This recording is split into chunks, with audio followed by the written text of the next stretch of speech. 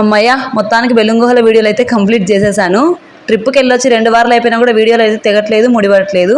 ఇంకా విషయానికి వస్తే గుహల్లోని కొన్ని ముఖ్య భాగాల్లో కోటిలింగాల గది ఒకటనమాట. ఇక్కడైతే వేల కొద్ది శిలాస్ఫటికాలు శివలింగాల ఆకారంలో ఏర్పడి గుహ పైకప్పు నుంచి కింది నుంచి పరిగిన శిలాస్ఫటికాల్లాగా కలుసుకొని ఒకే ఒక స్తంభంలాగా అయితే ఏర్పడి ఉంది.